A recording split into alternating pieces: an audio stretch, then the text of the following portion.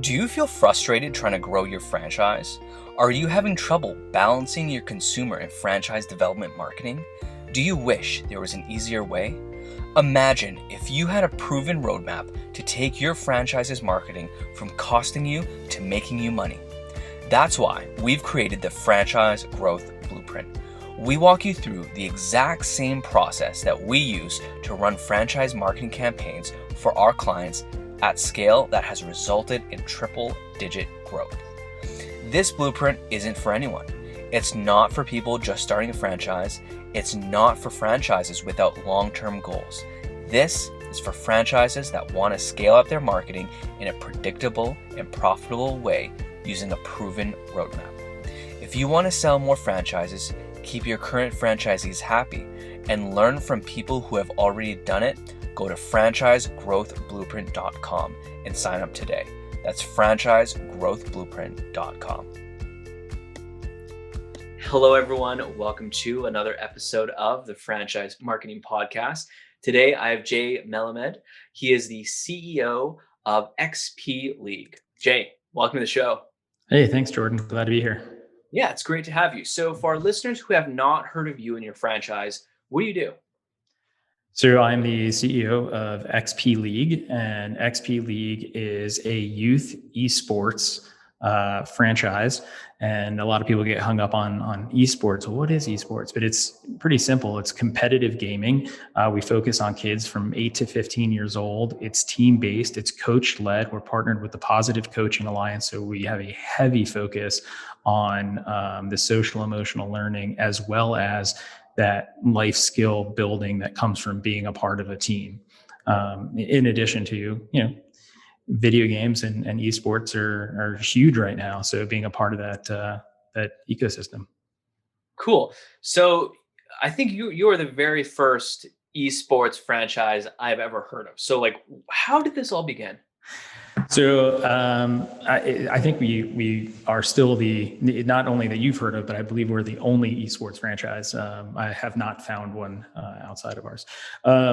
But it started, we actually started in the pandemic pretty early on. We realized that there was this opportunity where, kids were looking for ways to interact with each other, and you could safely socially distance and play on a team and pick up all those benefits from playing team sports through competitive gaming. And we looked at it and said, okay, well, what's the best way to address this so that we can scale? Because there's a lot of youth esports organizations and things trying to compete in that space, but the way to really be successful is to do it at scale and to do it with structure. My 9-year-old came to the office with us today, and I guess he found which huddle room I was in. It's actually funny.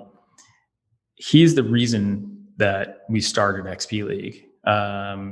And he's the type of kid who is really dynamic, really sweet, great kid, loves to be around, but has no interest in sweating. Like, the kid will never break a sweat, doesn't want to play any sports, has zero interest, loves to play video games. And so I wanted to find a way to take, kids like Judah, and get them some team building experience, get those life skills. So that was one of the inspirations for it. My older son, who's 12, and my two 12-year-old daughters are really engaged in it as well. But they've been athletic, they've been on other teams, and so it speaks to everyone. Man, that's the fun part about video games. All kids play video games, and so it gives an opportunity to have them do it in a team-based atmosphere. I love it. You're tackling the market in such a unique way, right? Because as you mentioned, not every kid wants to go out and run around, but those core skills that, soccer, sports, what have you, they really do apply across your entire life and almost have a rippling effect. Yeah, absolutely, absolutely. I mean, so there's a lot of great research and a lot of great articles, scholarly articles on the scholastic and social emotional learning benefits of competitive gaming and esports, both cognitively as well as socially. And so it's really cool to see that this whole notion of video games are bad for you. Well, it depends, right? I mean, everything has its place. And so if you're doing it, and actually Oxford University had a really good study about it, um, playing video games in a community-based setting actually has a positive impact on the overall well-being and your developmental growth. And so they saw that a lot during the pandemic, as this was the only way kids were connecting. um, and so even now, as things are returning to normal, it certainly isn't slowing it down. I mean, we're growing pretty rapidly, so excited to see that it not only works when when things are difficult to get together, but it's even amplified as things move back to normal. Cool. So tell me more about that, Jay. What has growth been like for you so far? It's been pretty exciting. So as a franchise, we launched our franchise disclosure document in September, our original FDD in September of 2020, and began selling shortly thereafter. We are now at 35 locations and growing. So our target, and we think we're pretty confident that we'll be there, is that we'll be at 50 before July. Wow.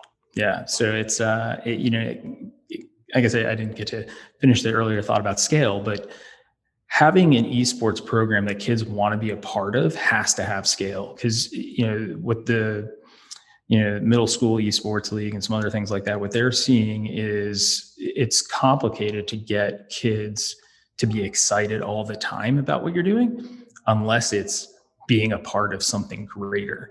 And so having all these locations, the idea that a kid in Raleigh, North Carolina is going to be playing against a kid in Hillsboro, Oregon, which is just outside of Portland. I mean, that's a heck of a distance, and these kids are playing against each other on a weekly basis, or from Ottawa, Canada versus Aventura, North Miami. We're all over the place, and that scale allows for those locations to interact, and kids are really excited about it.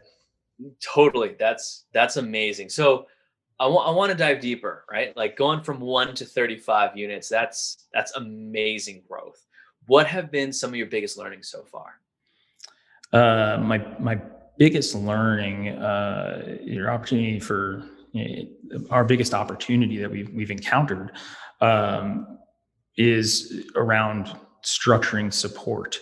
Right. So I had no idea how quickly we would grow, and I've been I've started and sold businesses in the past, and I've been involved with things like that. And we're actually franchise owners. My wife owns three Code Ninjas franchises, so we've been on both sides of that table now. And not having been a franchisor, understanding how much structure you need to have in place prior to your expansions. And so we had to be very, very nimble and dynamic to build this structure as we were going, to make sure that we are always there to support our franchisees. And so that's been a really an important learning curve for us. And we met it very quickly because we put a lot of effort to it. But just getting into it, you know, off the cuff, we didn't.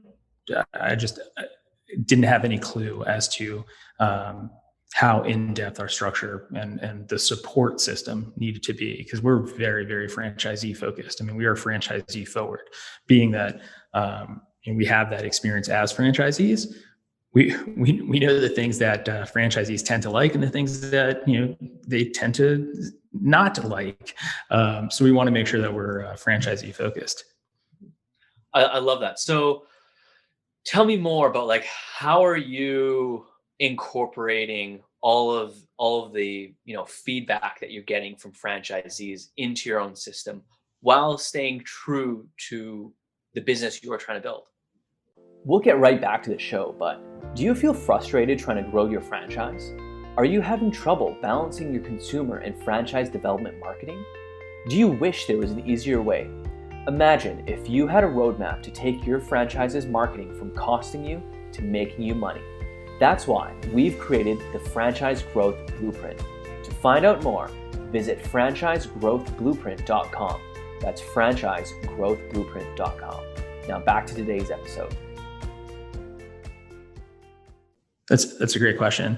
It boils down to our culture. We're very culture focused, and we have monthly roundtable meetings with our franchisees. We actually call our franchisees internally, we call them lead commissioners. And so we'll have roundtables with our lead commissioners. Unlike a lot of other franchises, where you may be a franchisee for years and maybe meet one or two other franchisees in the same system. In our system, our franchisees, our lead commissioners are working together and interacting with each other on a weekly basis because, hey, one team is playing against another one, and we have our system is built to scale. So if you wanted to come in and kind of get a feel for it and start small, we would then put you in a cohort with other teams and other franchisees so that even if you only had, 10 to 20 kids, it wouldn't prohibit you from starting your business and trying to recoup your initial investment so that you can build slowly. More on the other hand, if you want to go, throw tons of investment at it and try to scale up really quickly, we have infrastructure for you to do that as well. And so there's this healthy balance of those two things, but the culture is there where these franchisees are working together and communicating all the time. And we check in with them. I mean, I'm for a franchisor CEO, I'm probably too accessible. Most of my franchisees have my cell phone number and text me at all hours, and I always respond pretty quickly because my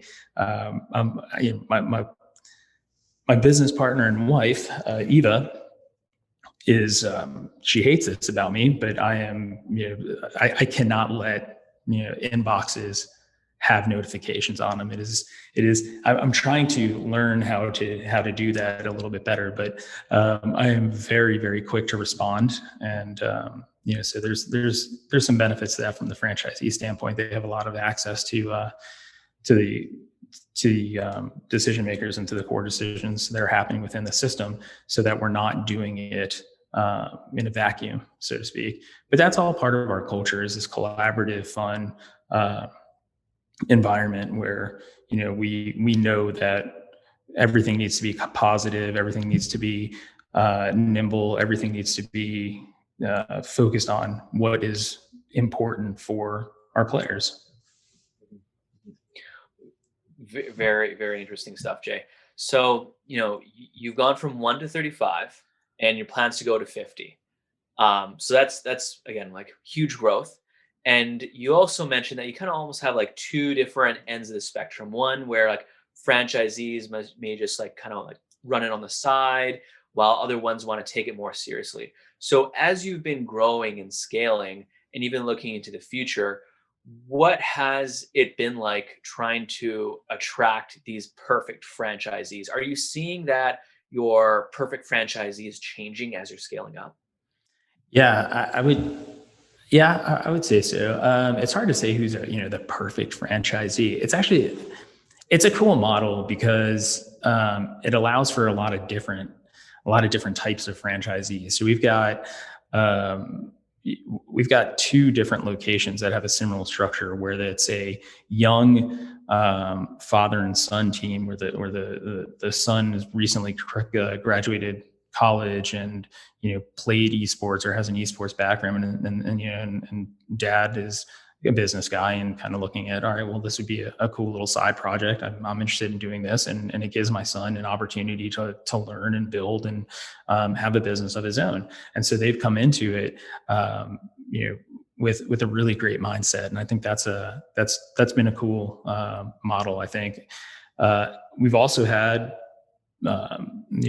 the investor model, where someone, we've got a couple locations where they're going at it from a very large standpoint, and where they multiple parties brought in some investment and are looking at taking large territories and scaling up very quickly. And so, it's hard to say who the perfect franchisee is. I think anyone who's enthusiastic and fits the cultural model is the perfect franchisee. And again, while we're still small, and culture being as important as it is to us, I independently, Eva and Eva's director of brand, she's very particular about making sure that our culture and our brand is, consistent throughout, because it is, it's experience based.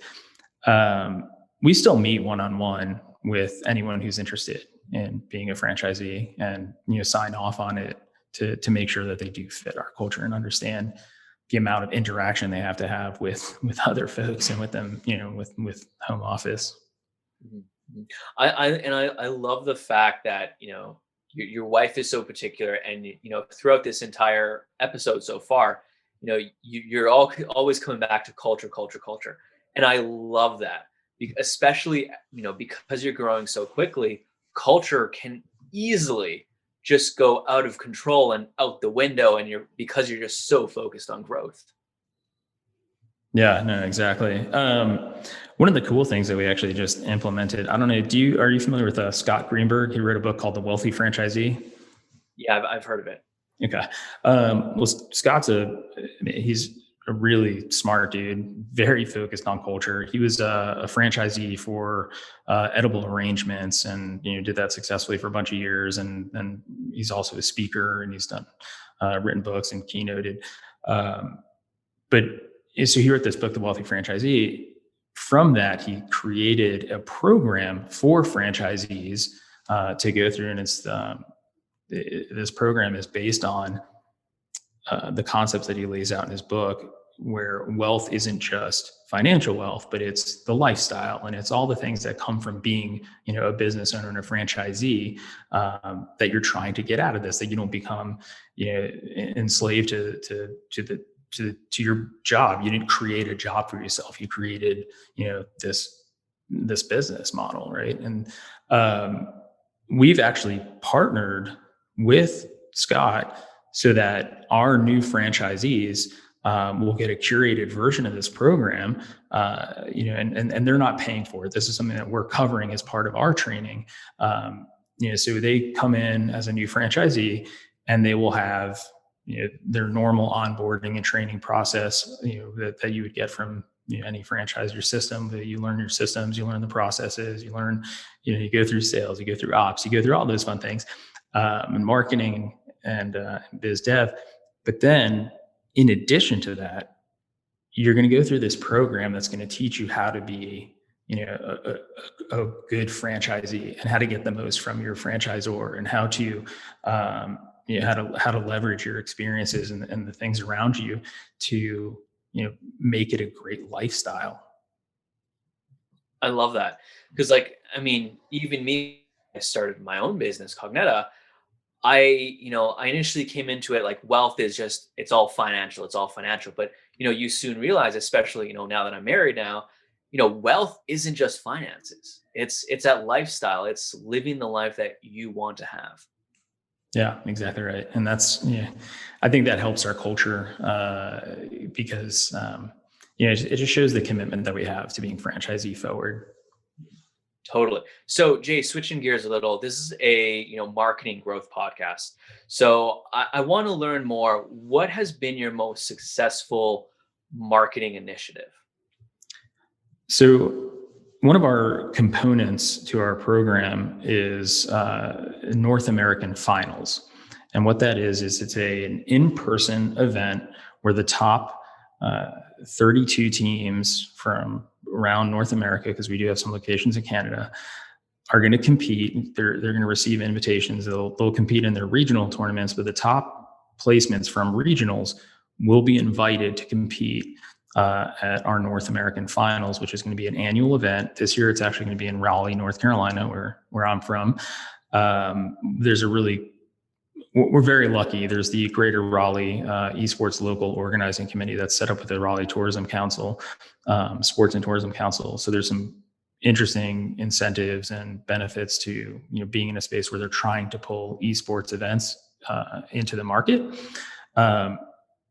And so we're going to have this event this year, and it's going to be at the Raleigh Convention Center, and we're in this huge, beautiful ballroom that there's a game called Rainbow Six Siege, which is a really popular eSports title, had their finals in 2019. So these kids are going to be playing on the same stage that pro players, were on for a huge prize pool and all these crazy things. And, here's 8 to 13-year-olds, 14-year-olds coming in and sitting on the same stage that these pros sat on, wearing similar jerseys and all that.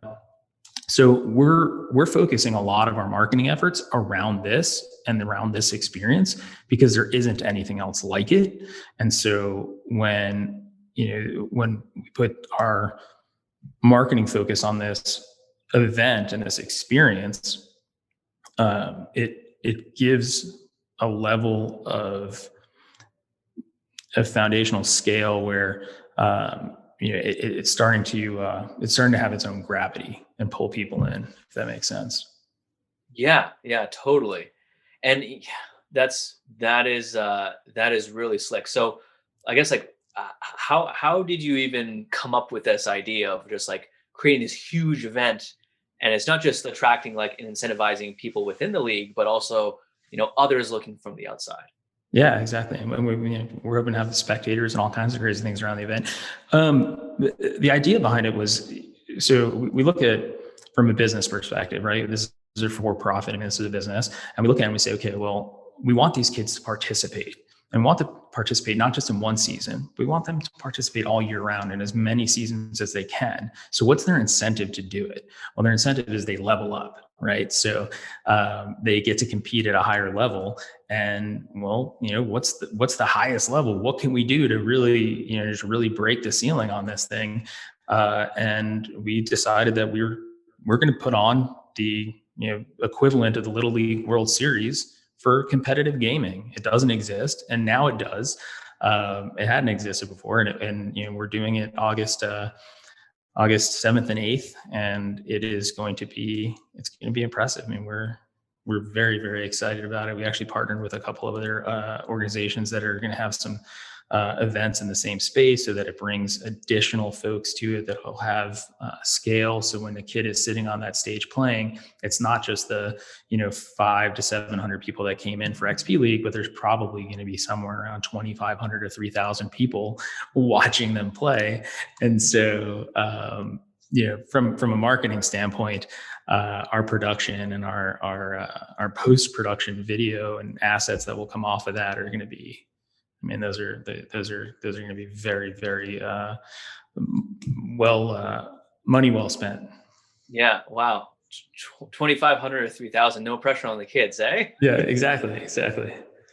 So, Jay, one question I always like to ask guests is, what advice would you give someone just starting out as a franchisor?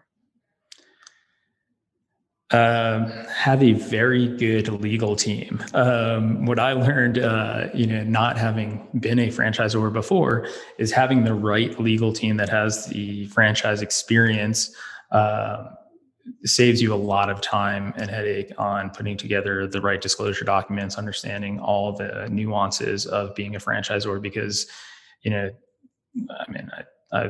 I've grown businesses before, and they've all had their own little nuances. But being a franchisor does have it's own thing. It's a very different animal. Mind sharing some of the surprises that you ran into? So when you get into it, before being a franchisor, I had no idea how impactful item 19 information was, and how to make sure that you're able to the things that you can and can't say in the franchise development process. Going into any of those pieces are just so outside of the norm for other businesses and for other spaces. I was in the building product space, and I can't imagine what it would be like trying to sell someone something and then be like, well, what's my return going to be? I can't tell you that. I can give you some information, and you have to use your own projections to figure it out. Very true. Very true stuff. So Jay, we are nearing the end of the episode. And as you know, I like to end them all with something that I call the lightning round. So a few fast-paced questions coming at you. Are you ready? All right, let's go. All right, first question. What is your favorite tool or app that you cannot live without? My favorite tool or app that I cannot live without is probably Messenger. It's I am one of the types of people where, and I'm an iPhone user. If somebody leaves me a voicemail, I'm never going to listen to it. So, messaging back and forth, text messaging is where I live. Awesome. Next question. What is your favorite book? My favorite book, business or otherwise? Can be anything. A favorite book, I think, I'd say the book I've read the most, I've read multiple times would be Obstacle is the Way by Ryan Holiday. It's a really great book about stoicism, and it's a great book for life, for business. It applies to tons of different things. Very cool. All right. Who is a franchise leader that you look up to? I would say Scott Greenberg. He's a really smart, approachable guy who he gets it. He gets it from all different angles. And not only does he get it, he can explain it and teach it in a way that you don't have to have an MBA and you don't have to have a background in franchising to truly understand. I mean, I do have an MBA, but I appreciate the way that he explains it and the way that he lays it out. Awesome. Jay, last question, I promise. Where can people find out more about you and your franchise? Check us out on our website, which is xpleague.gg. And we've got a specific franchise. If you're interested in franchising, it's franchise.xpleague.com. And look us up on Facebook, Instagram, and for those who are on the younger, hipper side, we have a pretty active TikTok feed. Awesome. Jay, thanks a ton for coming on. I had a blast. You shared a ton of information that I know our listeners are really going to appreciate. So thank you. Awesome. Well, thanks, Jordan. I really, I enjoyed it as well. It's fun. No problem. Bye for now. Thank you so much for listening to this episode of the Franchise Marketing Podcast. If you found this episode useful, share it with a friend and subscribe now so you don't miss out on any upcoming episodes. And until then, happy marketing.